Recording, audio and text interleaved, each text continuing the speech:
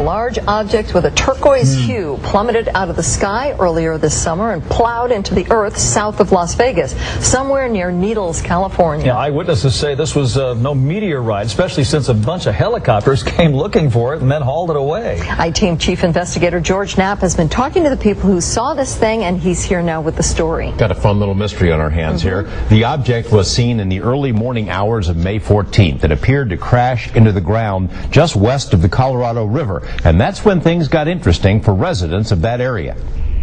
Somewhere in this rough terrain, just west of the Colorado River and south of Needles, is a point of impact, maybe some burn marks, created by something that fell from the sky. Frank Costigan saw it because he got up at 3 in the morning to let his cat out. A fiery object that flashed across the sky, but it wasn't a meteor, he says. Up in the sky, it's just bright. It was bright enough that it illuminated the ground. For 7 years, Costigan worked as the chief of airport security at LAX. He says the mystery object flew out of the northeast heading southwest, traveling very fast, but at one point it slowed down, then sped up again.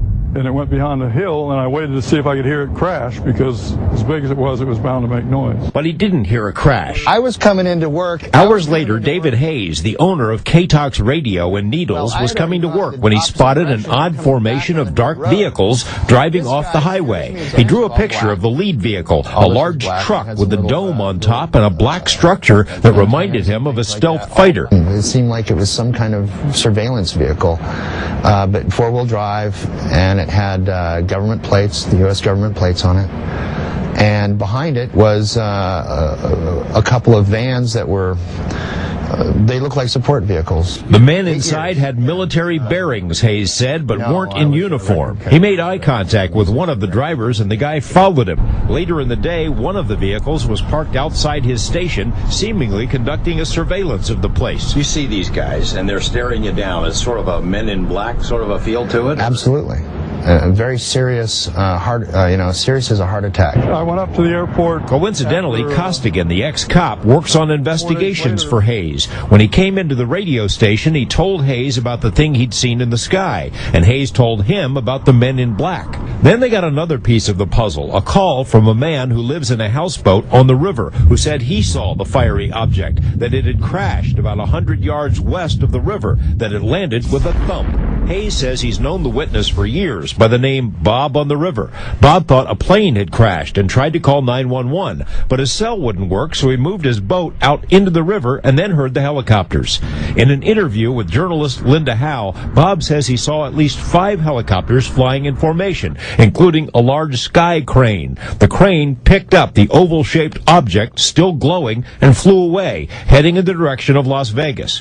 One odd detail, the choppers arrived only 17 minutes after the object crashed. Bob described it to Hayes. About the size of he said it was like the size of a semi-trailer, about like a oblong-shaped thing, and like a tank, something like that. There's got to be something, some evidence on the ground. Out of the blue, the people at the station got a call from a friend in Laughlin who said the Laughlin airport had been inundated on the night of the crash with so-called Janet planes. That's the airline that flies workers to top-secret Area 51. Costigan says the airport could not confirm this because no one's on duty after 6 p.m. at night, not even in the tower. The black vehicles have left Needles. Bob, the houseboat guy, can't be found either. The fact that there were people here the next day, almost like a team, it seemed like, that they were doing either some sort of cleanup or whatever. The point is that something definitely happened. We phoned nearly every agency we could think of to see if they had received any report or knew anything, and not surprisingly, none of them seem to know anything. They're aware of it, they just don't have any specific information. Here's the list of those we called. Police agencies in 3 states. We called the Laughlin Airport, the National Weather Service, the FAA, several military bases, including Nellis. A military watchdog group found a public record showing there was at least 1 Army helicopter in that area at the time. That that helicopter, oddly enough, is listed as being attached to a U.S. base in Europe. So, you know, the question is, what the heck's it doing here? We're following Freedom of Information requests, and we're going to report back when we get some responses. We have some links on our website where you can learn more about this case, plus an oldie but goodie, a video report we aired about 8 years ago about another weird crash here in Nevada. We're just getting started on this thing. We've got some good links. I think we're going to get some answers on this thing, and we'll come back with more. Yeah. Be intriguing. Thank you, George. Thanks, George. Well, floodwaters are doing some pretty major damage.